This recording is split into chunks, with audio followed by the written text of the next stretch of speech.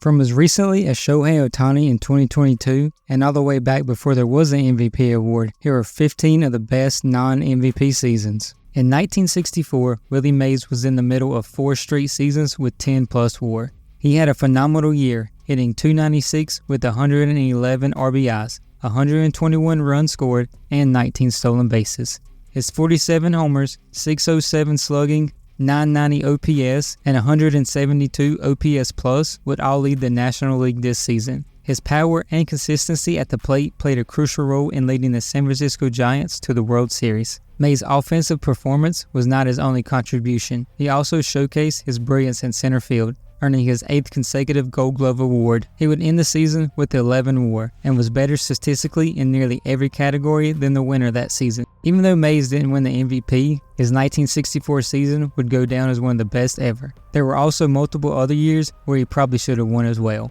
Rickey Henderson in 1985. While playing for the Yankees that season, Henderson dominated whenever he reached base, like most seasons. He led the American League in stolen bases with 80, 24 more than the next closest. It wasn't only on the bases where Rickey contributed. He excelled at the plate as well. He was constantly reaching base with his .314 batting average and .419 on-base percentage. The 99 walks helped with that.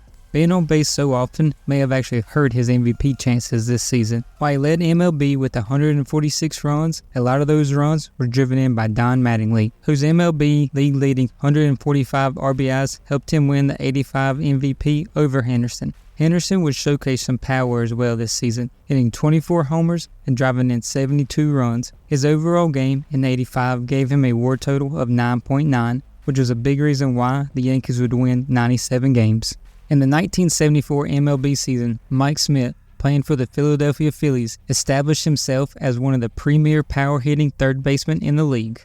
In just his second full-time season, he had an outstanding offensive year. Smith displayed his power by hitting 36 homers, which was the most in MLB. He also had 116 runs batted in and a .546 slugging. Not only was Smith a home run threat, but he also showcased his speed on the bases by stealing 23. Defensively, Smith's prowess at third base earned him recognition as one of the top fielders in the league. This was Smith's best season according to WAR, which is 9.8. When it came to voting for MVP, he would finish in 6th place.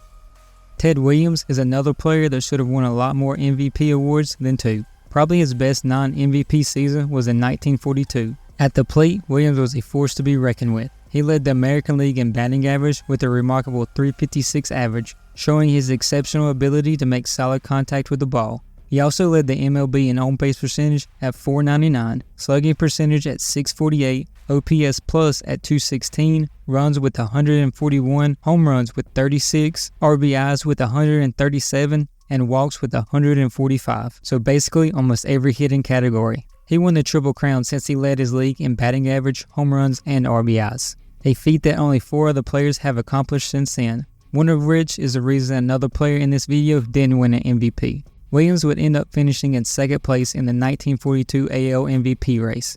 My guess is the voters picked a player from the New York Yankees since they finished in 1st place, 9 games ahead of Williams' 2nd place Red Sox team.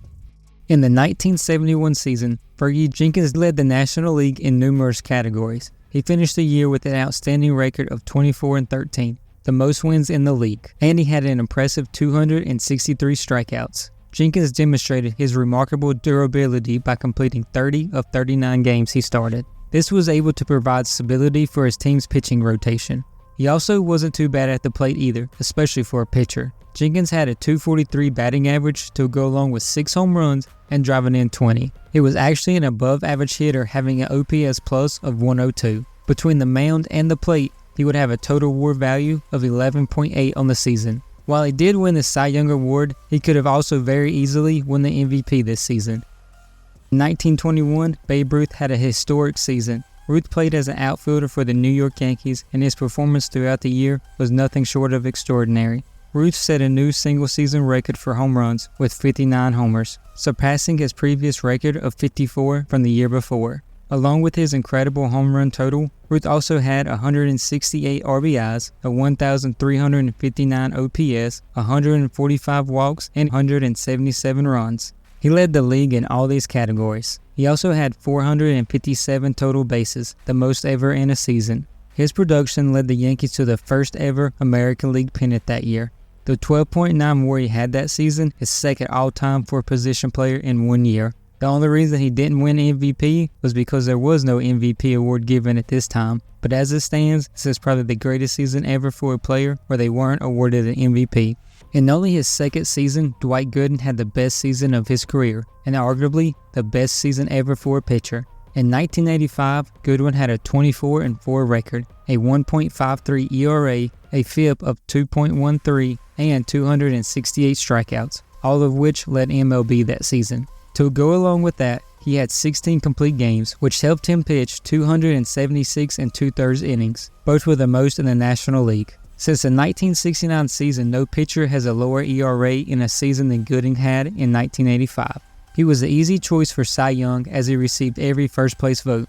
Like Rickey that same year, Gooden was not selected as MVP, even though he very well could have. He would finish in 4th place. I guess the voters decided to go with the best player on the best team instead of just the best player. Rico Petrocelli isn't known for being an all-time great player, but in 1969, he had an all-time great season. Petrocelli showcased his power-hitting capabilities. He clubbed an impressive total of 40 home runs, establishing a new American League record for home runs by a shortstop in a single season, a record that stood for nearly 3 decades. In addition to his power, he had 97 RBIs, a 297 average, and a 168 OPS+. While he didn't lead in any offensive categories, he was one of the best defensive players in the league that season, which helped him have a 10 WAR season, more than double he would have in any other year. When it came to the MVP vote, Petrocelli would end up finishing in 7th place. The fact he wasn't the best at anything, but was instead just good at everything, probably hurt his chances. He clearly had one of the most underrated seasons at that time. However, it wasn't as bad as what happened to Cal Ripken Jr. in 1984. Like Petrocelli, Ripken didn't lead in any offensive categories, but he did have a standout season, hitting .304 with 27 home runs and 86 RBIs. His ability to hit for average and power made him a formidable presence in the Baltimore Orioles lineup. Ripken put up impressive numbers defensively as well. Using more advanced metrics that weren't around back then, Ripken was the best defensive player in the MLB in 1984. When you combine both his offense and defense, he totaled a WAR of 10. When it came time to vote for MVP, Ripken was basically an afterthought. He finished tied for 27th place. This was probably one of the worst voting results ever when it comes to MVP. 1961 was one of Mickey Mantle's best season ever, even though it was riddled with injuries, especially down the home stretch. He would still lead MLB in walks with 126, a slugging percentage of .687, and an OPS plus of .206. He also had 54 homers, 128 RBIs, and a .317 batting average. Despite dealing with the injuries, Mantle was able to have a WAR total of 10.5. He would finish in 2nd place in the MVP race to one of his teammates, Roger Maris. It made it back-to-back years where this had happened, and both years Mantle only lost by 1%. The biggest factor in why Mantle lost in 1961 was due to the fact Maris broke the home run record that year with 61. At least Mantle won the MVP the following season, despite nearly all his numbers being worse than they were in 61. In the middle of the steroid era, Pedro Martinez had one of the best seasons ever for a pitcher. In 2000, while pitching for Boston, he led the American League in numerous categories and finished the year with a remarkable 18-6 record. He led the MLB with a minuscule ERA of 1.74, a FIP of 2.17, and 8.88 strikeouts per walk. He also accumulated a staggering 284 strikeouts, leading the American League. Just like Goodwin's season, Martinez was a unanimous Cy Young winner, receiving every first-place vote. This season was one of the few where there were multiple 10-plus WAR players going for an MVP, A-Rod and Martinez. Martinez had the higher of the two with a WAR total of 11.7. The highest WAR didn't help him though, since he finished 5th in MVP. A-Rod didn't win either, so clearly the voters were looking at the stats from a different perspective than we do today. The highest WAR total for a position player in a season by a player that was eligible and didn't win the MVP goes to Roger Hornsby. In 1924, Hornsby had a 12.1 WAR, the 5th highest of all time. While playing for the St. Louis Cardinals, he led the National League in runs with 121, hits with 227, doubles with 43, walks with 89, a .424 batting average, a .507 on-base percentage, a .696 slugging percentage, an OPS of 1,203, an OPS plus of 222, and 373 total bases. His batting average this season is the highest ever in a single season since World Series play began in 1903. And with how the game is played now, that record isn't going anywhere anytime soon. With Hornsby having such a historic season, him not winning MVP actually wasn't as bad as you might think. He finished a close second to Dazzy Vance, who also had an incredible year. The deciding factor may have been that Hornsby team finished 12 games under 500, while Vance's team finished in second place in the National League.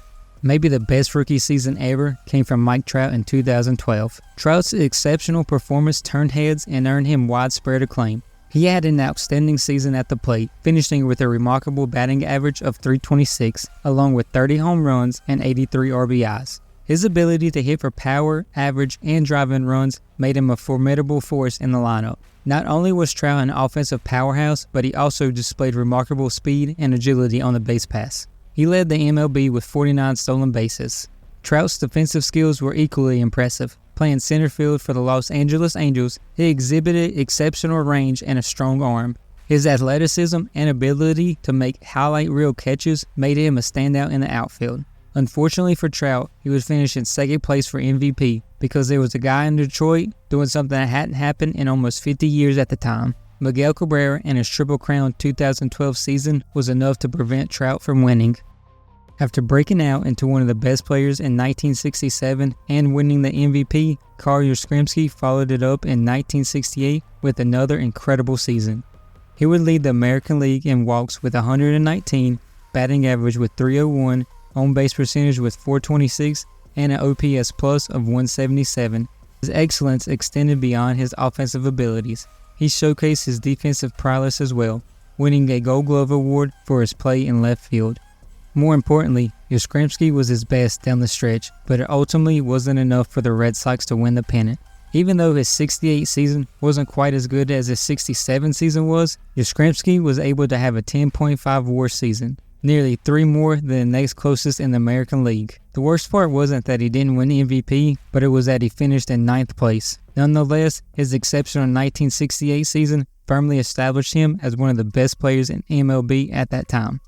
After winning the MVP in 2021, Shohei Ohtani followed it up with an even better season. As a hitter, Ohtani had 34 home runs, 95 RBIs, and an OPS plus of 144. All really impressive numbers in a season, but he was even more impressive on the mound. He pitched 166 innings while sporting a 15-9 record with a 2.33 ERA and striking out 219 batters. When you put together his WAR from pitching and hitting, it totaled 9.6. In some seasons, Ohtani could have won MVP with his production on either the mound or the plate, but in 2022, he finished second to Aaron Judge. It took Judge leading MLB in multiple offensive categories as well as breaking the AL all-time home run record to beat Ohtani.